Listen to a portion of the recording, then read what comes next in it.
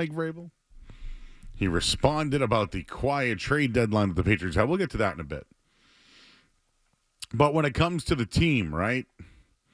And when it comes to the game this weekend, it is the Tampa Bay Buccaneers versus the Patriots.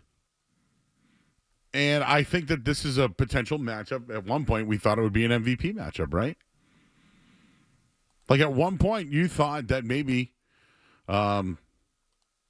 Drake May versus Baker Mayfield could be that type of matchup.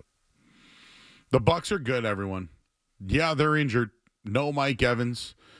Today, Chris Godwin and Bucky Irving were not at practice, but they still have Rashad White, who's a pretty good running back.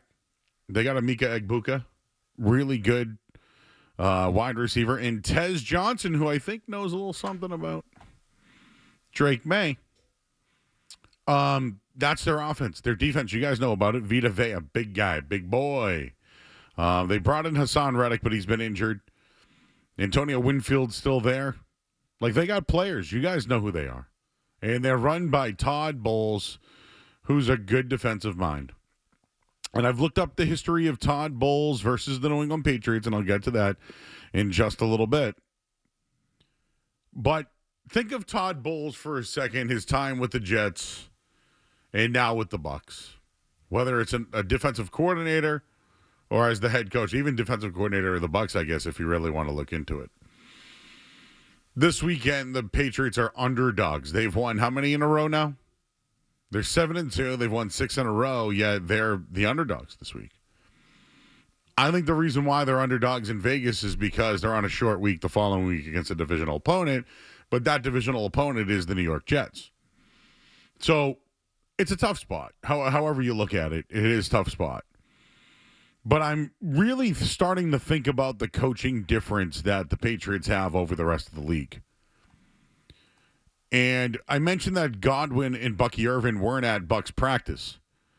Should also tell you that the Bucs are off their bye week. And I looked back in the history of Todd Bowles off the bye, and he did win off the bye last year. They put 40 points up on the Giants, who were terrible last year. But they beat them 40-7 off a bye. It's the first time he had a win as the Bucs head coach. So he's 1-2 with the Bucs. Todd Bowles off a bye. When Todd Bowles was with the Jets, he was 1-3. So Joe Math, that's 2-5. Historically, Todd Bowles struggles off the bye. So if you're like, all right, Joe, well, what do I care? It's a new team. It's a new year. It's blah, blah, blah. Okay. So why don't we do Todd Bowles versus Josh McDaniels? I looked it up. The last time Josh McDaniels and Todd Bowles met, McDaniels was the offensive coordinator for the Patriots. Todd Bowles was the defensive coordinator for the Bucs, and the Bucs dropped 40 on the Patriots. It was the Cam Newton year. So keep that one in mind. Bowles, McDaniels. But how about we just do Todd Bowles versus the Patriots in general?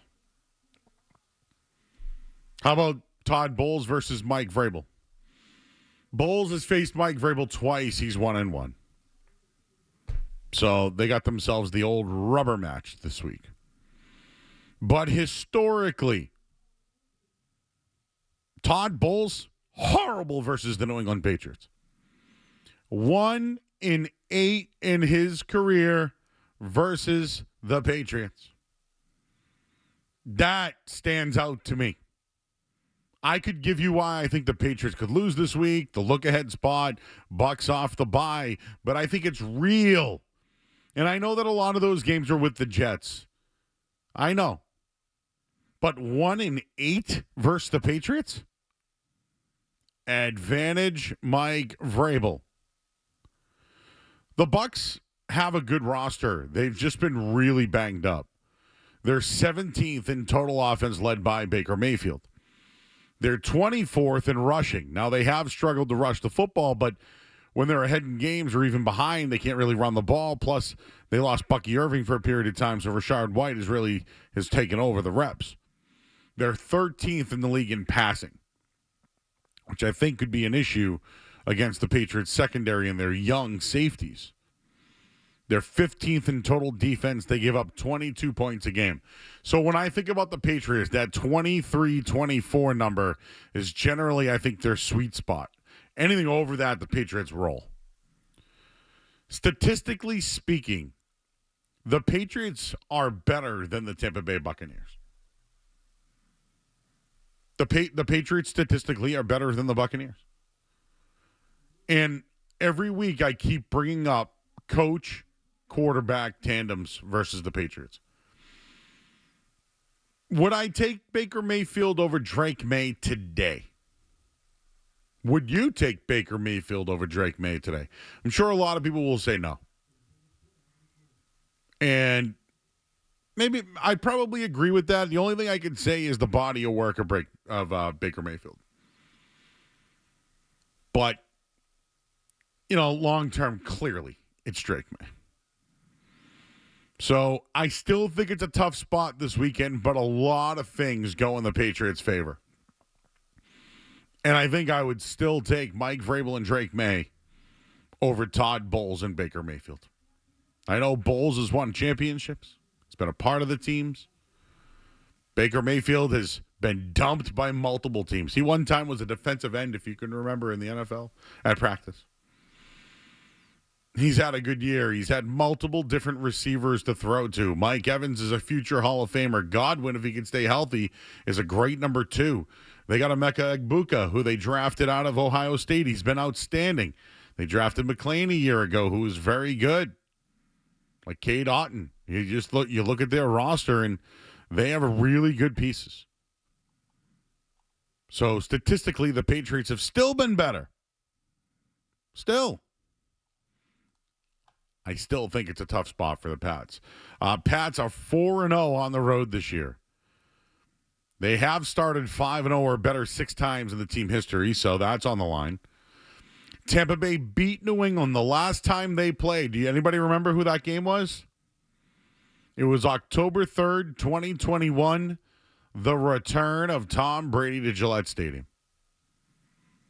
Tampa Bay won that game 19-17, if you remember. Nick Folk missed a long field goal to win the game. This is the first time the Patriots will travel to Tampa Bay since a Thursday night football game back in 2017 that it was a 19-14 win for the Patriots back in 2017. Mike Vrabel was salty today when he was asked about the deadline.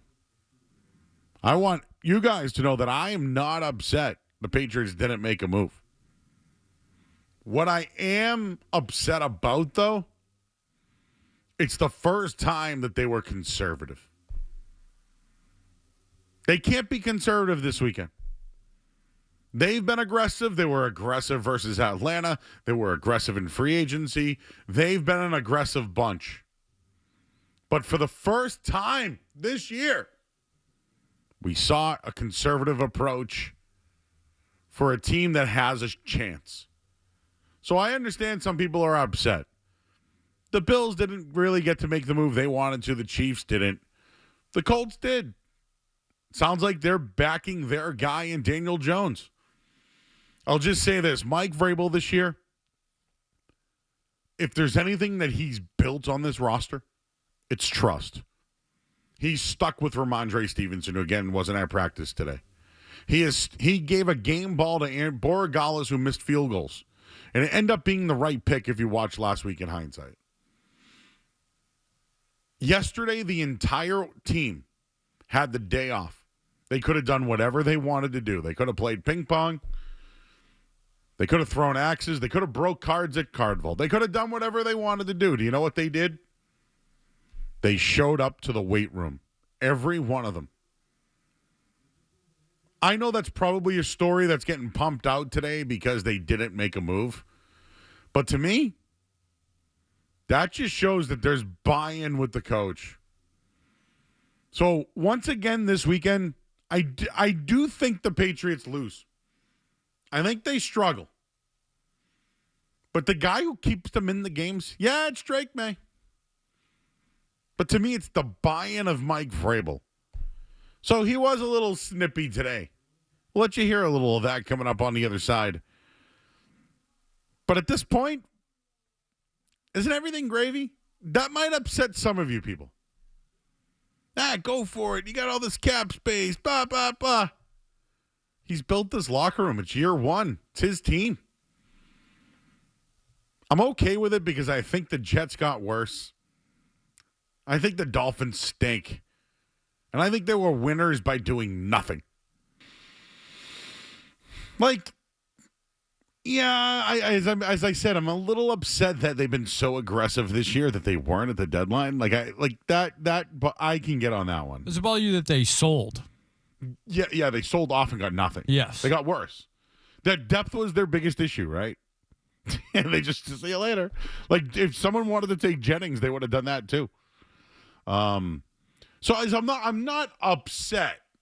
I'm more upset that there was a conservative approach, I guess, is where I'm at. But do you feel that now there might be a campaign of, like I said, the 41 guys in the locker room showed up on their day off, right? That seems to be the rallying cry. He's snippy about, what did I say again? Remind me what I said. The pregnant thing, I'm out. We've gotten Snippy V. Is that what you're calling him? Yeah, Snippy V. A couple times this season. Why do you think we got it today? Do you think it was that he just had to field questions on the trade deadline? Yes. He knew that was coming. Yeah, they could have just made a trade so they wouldn't have to deal with it. Or he could have, I don't know, just answered the questions. Or he could have just said, hey, guys, we're 7-2. What do you want me to do here? Yeah. Hey, I'm doing pretty good. The team's doing pretty good. I think the guys in the room are good enough, which I guess he did kind of say in a way, but he was a little snippy V about it. Instead, we walked away being like, snippy V, huh? A little testy. Little testy there. Well, anyways, what do you think about this Todd Bowles versus... So I think Todd Bowles is a really good coach. I really do. He's fine. He's above average in the NFL, which isn't saying much these days. But he is above average. Yeah, I would lean that way. Great defensive coordinator? Sure. Above average. Above average coach? Sure. Almost fired many, many times. Many times. Really only got the job because I shouldn't say the fat guy. My guy. Bruce Arians retired. The hat guy. I should have said it like that. He'd rock the old Kangol there. Yeah. But it's like Skaz. If I'm going to retire, Skaz getting the job. There you go. It's just how it works. Remember, Coach K just would retire, and then here you go. You're the coach.